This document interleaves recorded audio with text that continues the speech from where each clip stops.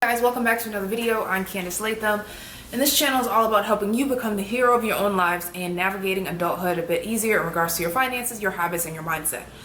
Oh my gosh, it's been really strange in 2020 for the past few weeks. Yeah, especially with the coronavirus going on, and I'm calling it Rona because I don't know, I'm just gonna call it the Rona. With the Rona going on, it's a lot of people are feeling stressed, a lot of people are overwhelmed, a lot of people are dealing with, anxiety, because it's just like a lot of uncertainty going on.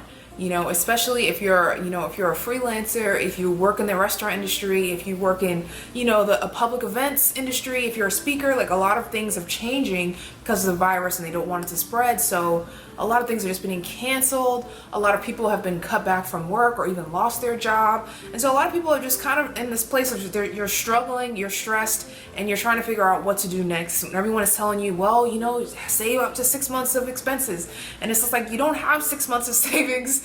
Your debt might be piling up and you're not sure what to do next. So I did want to say that if you are a person right now who is struggling to pay your bills, on Monday, the FDIC encouraged financial institutions to meet the needs of those customers and members affected by the coronavirus. So that could mean, for example, waiving late fees or missed credit card or loan payments and waiving early withdrawal penalties for out-of-work savers who need access to money locked up in CDs. I'm gonna leave the link to the Forbes article below where you can check out if your bank is doing anything for you. If you are facing some hardship right now, you can call your bank and see if there's anything that they're willing to do for you. Talk about 15 productive things you can do at home during the coronavirus quarantine.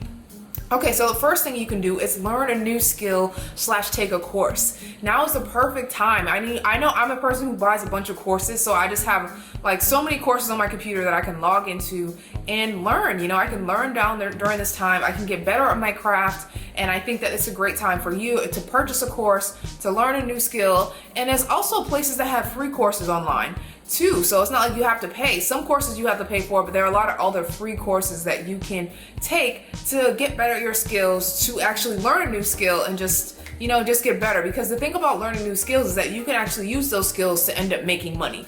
And now is the perfect time to learn how to make more money from the skills you currently have, because more money is definitely comes in handy during a time like this when you're not relying on one source of income. Second thing you can do is declutter your home. I know there's a lot of places in your home where you're like, I'll get to that later, and then you never get to it. Why not organize your sock drawer, organize your panty drawer, declutter your desk. There's a lot of things that we can declutter in our actual physical homes. The thing you can do is declutter your computer, okay? I do not want to show you my desktop background. There's so many files on there that I personally have to declutter during this time of the quarantine. I'm gonna do some decluttering myself. And also, how about while you're decluttering your desktop and your files, you declutter your email. I have thousands of emails that I just need to go through and sort and delete. And I'm sure if you're like me, you too have emails that need to be deleted.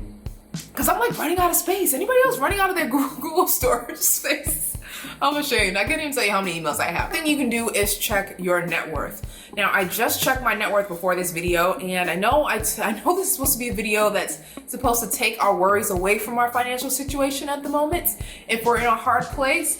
However, I did check my net worth, and my net worth is down by $12,000 since last month I checked it. I know, it's very sad, but I just have to keep believing that things will get better eventually. And you know what, it's a tough time, but you know what, we're tough people and we're heroes and we'll get through this, okay? That's what I'm gonna do. So check your net worth. So figure out where you stand financially, even if it's painful. See how much you have in savings, see how much you have in debt, see how your assets are doing, what are the stocks, what are your investments doing, and then write it down. I wrote mine down in my Hero in Your Finances 12-month workbook and growth planner. So that is a great place. That's where I track my net worth. I also track it in an Excel sheet that I have, where I can leave the link for both of those resources below for you. So after you track your net worth, and if it might be a little bit sad to look at the moment, you can track your abundance. In my 12-month finance work workbook, but it's like a tongue twister. But in my workbook, I have an abundance tracker. So this tracker is great because sometimes when we're in a state of like stress and we're in a state of, focusing on lack, focusing on the money that we don't have or the money that we lost or the money that's not coming in, it's easy for us to just stay in that state and then kind of block the abundance to come into us, right? But if we focus on the things that we have been getting in our lives that we didn't have to pay for, like maybe somebody paid for your Uber, or maybe a friend bought you a bottle of wine, or maybe your mom just sent you a book. There are abundance is coming to us on a daily basis, and I like to keep track of that abundance. So during hard times, I can look over it and see, wow, look at all this money flowing into my life that I didn't have to physically pay for, and it's just abundance, and that keeps me grateful. So you can track your abundance, and while you're tracking your abundance, you can also track your gratitude. How about you, in your journal, you write down 20 things that you're grateful for. Figuring out what you're grateful for definitely helps you just get in a better mood, because there's just there's just something about it. When I write down what I'm grateful for, it just makes me feel good. It just brings back the joy, and it helps take away some of those worries. Oh, number 6 is phone a loved one. We all have friends and loved ones that we haven't reached out to enough. I don't have any of my grandparents currently alive. I wish I did. If you do have grandparents, that is such a big blessing. Please give them a call for me, okay? Call your grandparents for me, because I don't have any. And yeah, they just have so much wisdom. Talk about deep things. Don't just talk about like, oh yeah, what did you do for work today? Oh good, what are you cooking for dinner? Like, try to talk to them about like real life issues, real things that they've been through, real wisdom that they can pass on to you while they're living on this earth. I really wish I did get a chance to do that with my grandparents. Okay, what number are we on, guys? You guys keeping track what number we're on? Now I'm on number 7. How about you deep clean your kitchen? I know it's a good to get in the habit of clean your kitchen before you go to bed at night, making sure the dishes are washed, making sure the dishes are put away. But how about like organizing your seasonings and deep scrubbing your counter? Seasonings get all over the place, but what if you just took the time to really take everything off your counter, wipe it down, scrub it down, organize your pots and pans, like really deep clean that kitchen, mop the floors, all that good stuff. Turn on some good music. It can really be a good time. Work out. How about you can do, if you're afraid to go to the gym, I still go to the gym here at my complex. I just make sure that I wipe everything down before and after I use it. But if you don't want to go out, you can like go for a jog, you can do some yoga, you can go to YouTube, or Instagram has so many great workouts that you can do in your own home. So it's good to stay active during this time. 9th productive thing you can do at your home during this coronavirus quarantine is read a book or listen to a podcast. There are so many amazing podcasts out there. I don't mean the gossip podcasts. I mean like educational podcasts that are going to help you get better in life, help you create better habits, and just help you grow to be a better person. Or read a book. If you don't read a book, you can listen to one on Audible. The Audible has a ton of different books you can listen to in the background while you're deep cleaning that kitchen or decluttering your home. So yeah, read a book. There's always a ton of books that I have on my shelf that I say I'm going to read, or I start reading and then I don't finish it. Now's the perfect time to get back into the habit of at least reading 30 minutes a day. 2 things. Sorry guys.